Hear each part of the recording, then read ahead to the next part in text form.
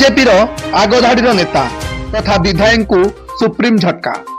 आगुआ जमीन आवेदन खारज कले सुप्रीम कोर्ट। महिला आईआईसी को माड़ मारिबा अभियोग रे जयनारायण नारे होइथिला मामला। गत वर्ष फेब्रुआरी 15 तारिख रे संबलपुर रे एक कार्यक्रम बेले जयनारायण तांको चापुड़ा मारिथिबा नै अभियोग होइथिला। सेहिपरि जयनारायण मध्य आईआईसी को नारे अभियोग करथिले। एफआईआर रे गिरफ संभावना थिबारु जयनारायण प्रथमे हाईकोर्ट को द्वारस्थ होइथिले, किंतु हाईकोर्ट आवेदन को खारज कर देथिले। एहा परे जयनारायण सुप्रीम कोर्ट को निकट रे आवेदन करथिले, किंतु कोर्ट तांको आवेदन खारज कर दैछंती।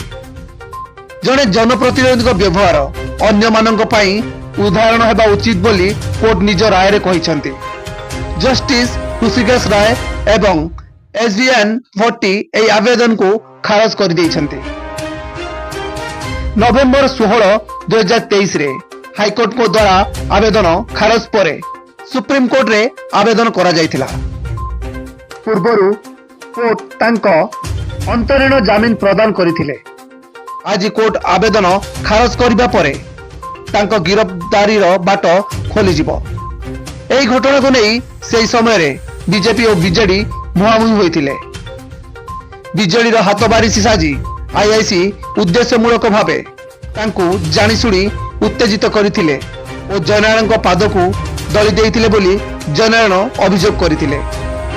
तेबे गोड़ माडिबा परे जयनारायण आईआईसी को चापुड़ा मारिथिबा अभियोग होइथिला।